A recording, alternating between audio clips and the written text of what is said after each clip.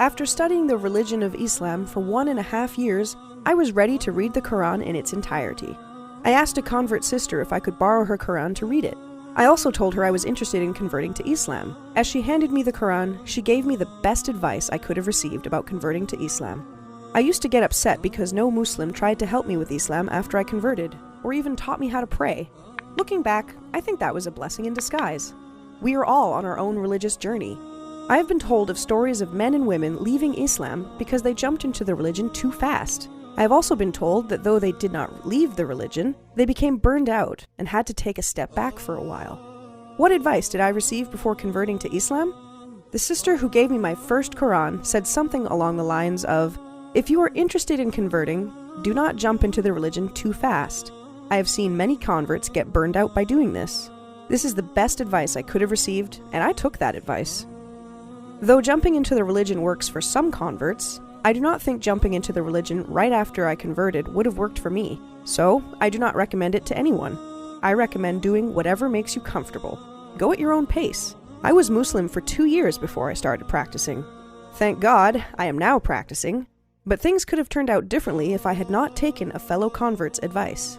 I strongly advise all Muslims to not force the religion on any new convert, or even other Muslims. It is un-Islamic to force our religion on anyone. It is overwhelming for a convert woman, or any woman, to be told to wear the hijab. Another example, it can also be overwhelming for converts to be told to stop drinking right away. Alcohol was not banned right away in Islam for this exact reason.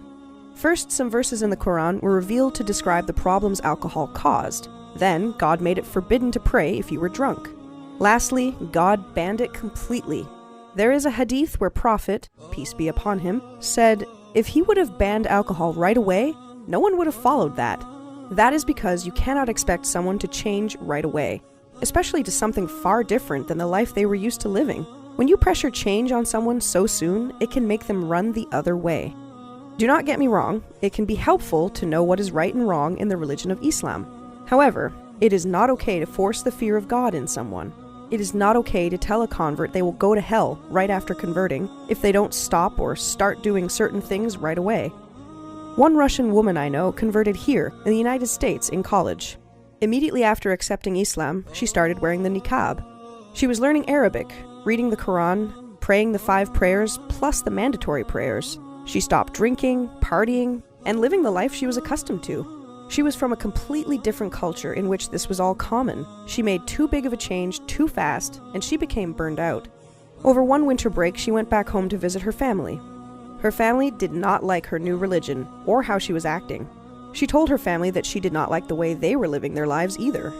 They yelled at her and made her feel horrible. They told her she was selfish, crazy, and so forth. This visit is when everything hit her, and her new religion came to a screaming halt. This is because when she converted, she was so focused on Islam and her new life, she forgot to breathe. After consultation from her friends and family in Russia, she stopped practicing altogether. They did not like who she became. She was overwhelmed with what they had to say. So, the rest of her trip in Russia, she went back to the way she was before converting. She spent it partying, hanging out with boys, drinking, etc. Then she came back to college in the US and continued the life she had always lived in Russia. If she was given the same advice I was before I converted, things may have turned out differently for her.